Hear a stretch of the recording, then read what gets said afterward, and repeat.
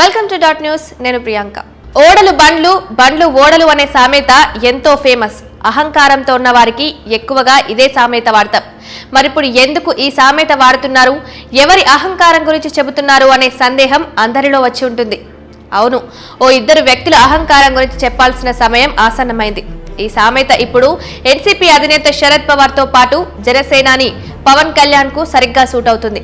ఒకప్పుడు అహంకారపూరితంగా మాట్లాడిన శరద్ పవార్ ఇప్పుడు దేహి అని అందరి కాళ్ళు పట్టుకునే స్థాయికి వచ్చారు. తన కుమార్తె రాజకీయ భవిష్యత్తు కోసం దిక్కులు చూడాల్సిన పరిస్థితి వచ్చింది.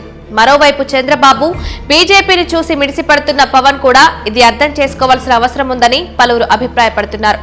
చంద్రబాబు, బీజేపీ నిన్ను వదిలేస్తే నీ పరిస్థితి ఏంటని ప్రశ్నిస్తున్నారు. ఆనాడు ఏపీకి కష్ట సమయం వచ్చింది. అప్పుడు దేశ రాజకీయాల్లో పవర్ హవా కాస్త నడుస్తోంది.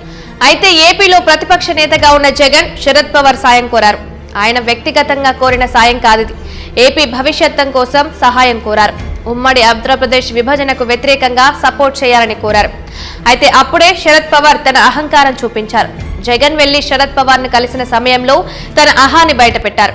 కనీసం జగన్ సమస్య చెప్పే విషయంలో కూర్చోమని కూడా అనలేదు.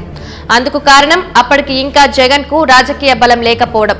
కానీ ఇప్పుడు పరిస్థితులు మారిపోయాయి. జగన్ కు ఏపీ సీఎం అయ్యారు. దాంతో పాటు పార్లమెంటుకు వైసీపీ తరపున 35 మంది ఎంపీలను పంపించారు. కానీ పవార్ పరిస్థితి మాత్రం ఏమంత బాగోలేదు. పార్టీ చీలిపోయింది. ఆయన పార్టీ పేరు కూడా మార్చుకోవాల్సిన పరిస్థితి వచ్చింది. ఓడలు బండ్లు, బండ్లు ఓడలు అవుతాయి. అందుకే పదవులు, పవర్ ఉన్నప్పుడు మిడిసిపడకూడదని వైసీపీ శ్రేణులు అభిప్రాయపడుతున్నారు. జగన్ తో ఢీ అంటే అంత సులువు కాదు పవన్ అంటూ హెచ్చరిస్తున్నారు. ఒళ్ళు దగ్గర పెట్టుకోవాలంటూ చురకలంటిస్తున్నారు. మరి సామెతతోనైనా పవర్ తీరు మార్చుకుంటారో లేక శరద్ పవార్ పరిస్థితి తెచ్చుకుంటారో చూడాలి. మరి ప్లీజ్ సబ్స్క్రైబ్ డాట్ న్యూస్.